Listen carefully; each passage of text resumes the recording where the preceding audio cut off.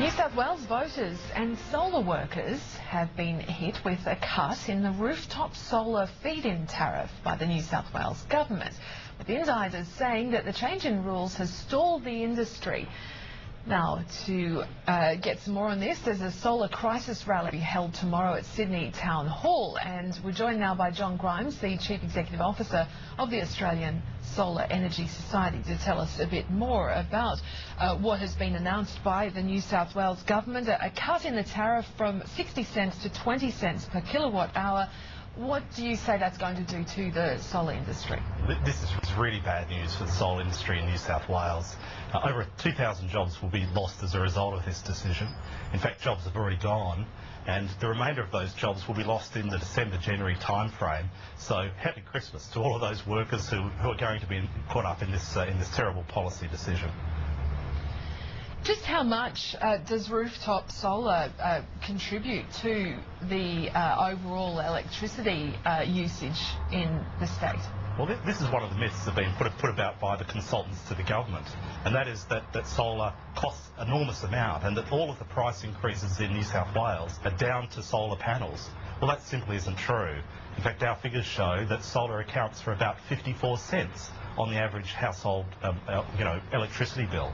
So this isn't a big impost, but it's a very tangible measure that householders can take to make a positive difference in relation to climate change.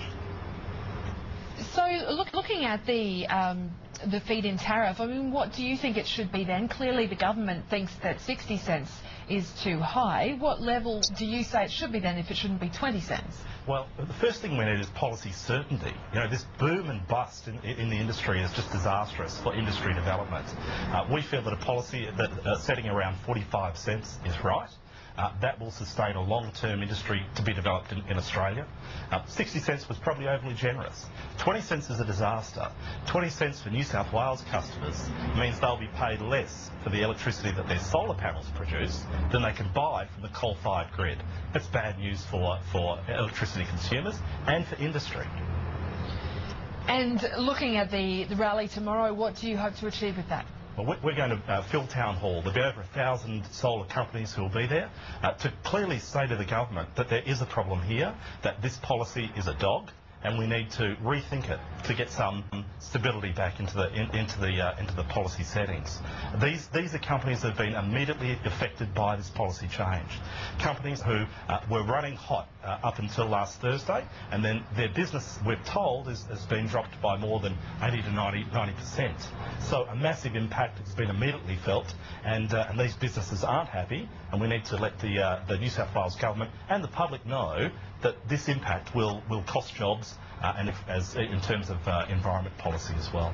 If the New South Wales government's determined to keep this tariff at 20 cents, do you at least think that there should be a transition period if you're going to have to accept that kind of tariff?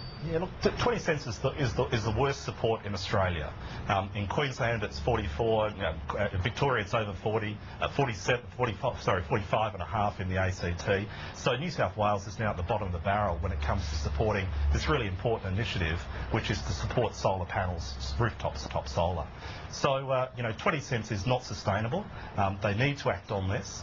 They need to set a realistic rate where people are not penalised for putting in solar panels, and give the industry and consumers some certainty going forward, rather than turning off and on policy at a whim. The implications of that are really terrible.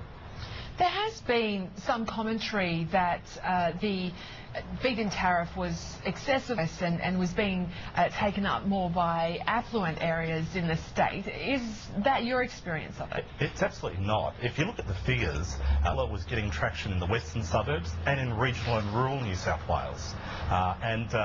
This really isn't about subsidising the rich to put solar panels on. That just wasn't the case. These are sensible people in New South Wales who are looking at their electricity bills, made an investment to bring that cost down over time, and made a tangible difference towards climate change. So to suggest this is a tax rort for the rich just isn't borne out by the numbers. And just how many jobs do you fear will be lost? Look, there'll be over 2,000 jobs lost as a result of this decision.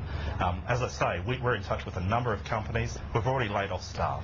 sales and support staff have gone already, and we expect the installers and technical support staff to follow in the December-January timeframe. So bad news for the industry, bad news for consumers, and you know, people in New South Wales should expect better from their government in terms of supporting solar to make it sustainable over the long term.